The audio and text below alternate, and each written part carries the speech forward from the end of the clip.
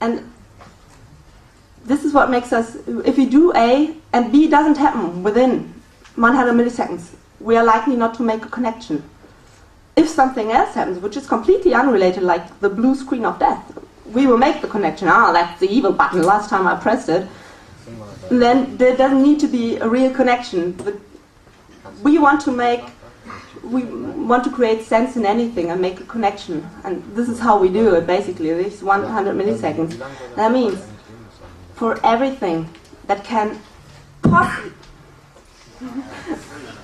possibly last longer than 100 milliseconds, you should react in some way, like display a busy cursor if you think it's not going to last long, the waiting time, or a progress bar. This sounds basic, but there are still applications that don't do it. And if you just don't do it, then people, they will make random connections, or random clicking, like nothing happens. I will do it again and again and again and again. And then when it finally happens, it's like 1,000 windows or something like it. Yeah, I don't do it. And keep in mind that your system is probably faster than the one that the user is using. So next time interval is 1 second. This is the minimum reaction time a human needs to get that something happened or did not happen, something unexpected. So this means if you don't display the busy cursor or the progress bar, this is the maximum time you have until the random clicking kicks in. But still, please don't think, I've got 1 second. No, you've only got 100 milliseconds. And if you can, don't require users to react within a given time, or it will always be too long or too short, depending. If you're waiting for something that needs to count down until it starts, that's and the other way around, if you need to be in time, then you look the other way, then it took you a second that you have to do something. It's always wrong. If you can avoid requiring user reactions within a time frame, avoid it. And this is an example from Toast 7 Titanium. It's a CD burning application.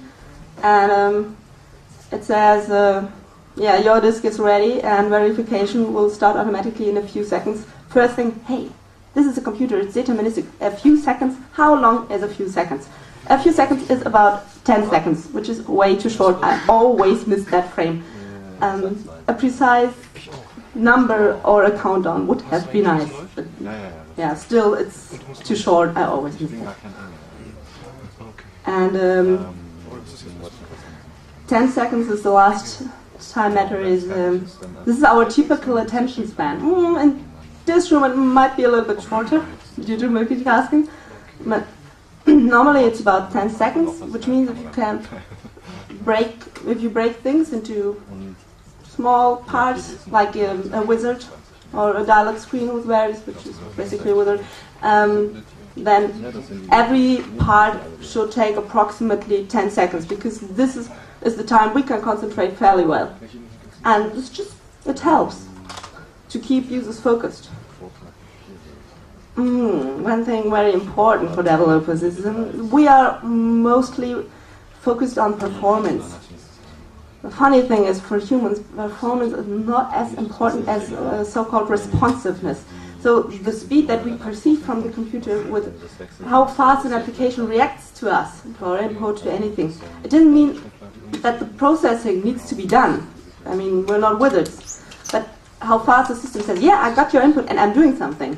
That is actually more important than that you process it very fast. And so be responsive to your user. Tell them, I got it. And that is more important than being actually fast. There are some ways to increase performance, responsiveness. For example, if you queue processing internally, then prefer those processes that will be visible as output to the user as a change. If you, for example, do a text editor, then the most important thing is to show all the characters. Have you ever used SSH to write a text and it lagged and you typed and like 5 seconds later there your character appeared? It sucks. So, I mean, in SSH there's nothing you can do, but sometimes you can do, and then you should. Or pre-process likely events. I mean, if there's like 3 things users can do, and A is always, in 90% of the cases, the one they want, and you can pre-process this and you're idle, well, pre-process this, and it will be like, woo, magic to the user.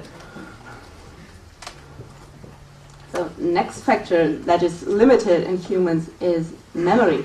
Our short-term memory is very, very limited, and 7 plus minus 2 items, which doesn't sound that few, but it is because you don't have it for yourself. Your application is not the only one who needs some memory. So recognition, I've seen this one and I recognize it, is better than recall, which is to, yeah, that name, no, I don't know anymore. We're better to spot something that we've already seen than to make it out. And as an example, could you describe the way you took this morning, you got here in some way, could you describe it to a stranger so that she would find her way home? I guess not. My guess would be that you miss some street, some turn, some wrong side, but it's very likely that you yourself will find your way home in the evening because you've been there, you've already walked that street. And there are lots of visual cues in the surrounding and the environment that let you get it. That's basically a recognition. And that we are better at recognizing is also the reason why graphical interfaces are more successful than the command line. Command line is very efficient, but it has a huge learning curve. I once made this suicidal step to switch from Windows to BSD, and I mean, maybe you can imagine me, the prompt like blinking, and I was like, yeah, and now? I mean, what do I type? And in a graphic user interface, you can always move the mouse around, see what happens. And with the command line, that's not that easy. This is an example for recognition. This is a Keynote, a slide preparing program, which is running in the background. And when you open a slide set that has already been opened, then it gets you to the page you were on, the slide you were on when you last exited the program. And that helps with the, where was I effect. And there are also some text editors that do it. And it helps us get back to the way we left off. Oops, I'm sorry. So, yeah. And of course, if we want people to recognize something, then it also must be visible. So now I'm talking about graphical user interfaces. And the general rule is that every option there is should be accessible through the menus. But apart from that, kind of here's trade-off land again, because the menu, it takes time to show it. So you want to enable users to use with one click the option that they want. That's how the toolbar got into place. And sometimes it's very tempting to just put everything, to duplicate the menu entries into the toolbar. Because, hey, and then it's faster. They can just, one click and it's all there. Actually, it's not faster because humans take time to make a choice. So if there are many items, it takes us a longer time to distinguish which one is the one that I want, which one is important to me. So if you clutter the screen with lots of things, yeah, that's a bad thing. And the rule of thumb is that you should only put the most frequently used items into a toolbar or something like that. And then there's also a technique called progressive disclosure, which you can also employ successfully. I've got an example. This is from VLC, a media player or video player. And as soon as you check the load subtitles file, before that it's grayed out. The settings become available. And the settings is...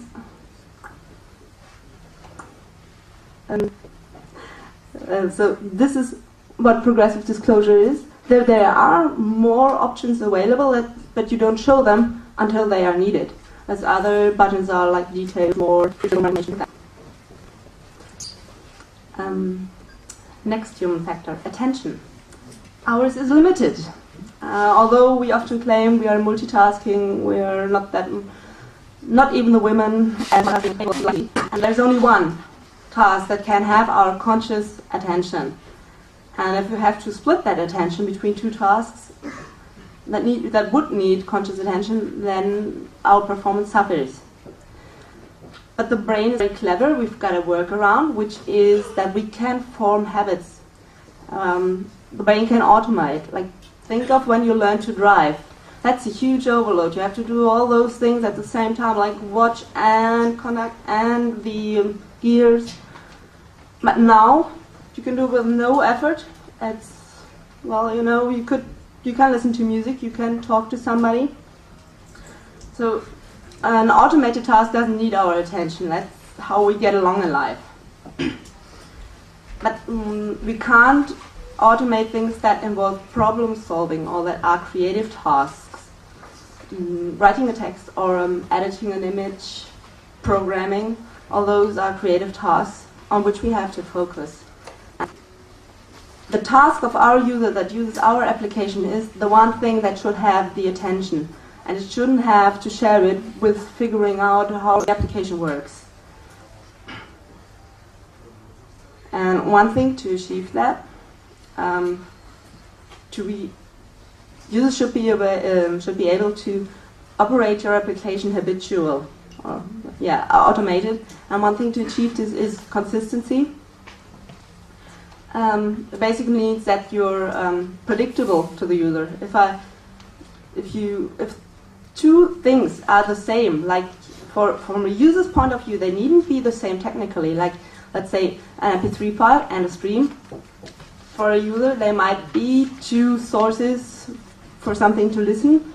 For you, they might be technically very different, but as long as they are the same concept for the user, offer the same functionality as much as possible. And you can think of this like the principle of least surprise. And I like to illustrate it with an example for inconsistency. This is about inconsistent progress feedback. This is again the CD burning application, Toast Titanium. Burning a CD has 3 phases, which is filling the cache, writing the CD, and finishing the CD. So this is the progress area for filling the cache. It gives the progress here in %, and there's no progress bar. This is only the setup for the next step. Then writing the CD has the progress bar. It doesn't have %, so this is empty, and it has the time left, counting down. The one thing it does good is it also shows the progress in the doc. So this is actually, they got that one really well. And the last phase is finishing, and there you have no feedback at all. We don't have %, we don't have time, because that is from writing the CD. We don't have a progress bar, because this is also from writing the CD. And this is more than half a minute. This is a long, long time without any feedback. So to me, these 3 are pretty similar. But I've got 3 different ways to show progress. Well, 2, because one is not showing progress, which is not really. Yeah, you know. You might wonder how can this be? How does things like that slip in? Some speculations some reasons I could think of is they are technically very different. Might be. I don't know about burning a CD-ROM, so maybe they didn't see that from a user's point of view. This is completely the same thing. It's always about progress. It might be a lack of communication or supervising management. Maybe there are 3 developers. Each one got a part, and Alice, Bob, and Eve, they just all, did it their way, and then in the end, nobody cared to make it right. Maybe no one was aware of it. So consistency as a whole is a very wide and very blurry concept. That's why I like to concentrate on one part of it, which is text consistency. It's just not that blurry. and when you can approve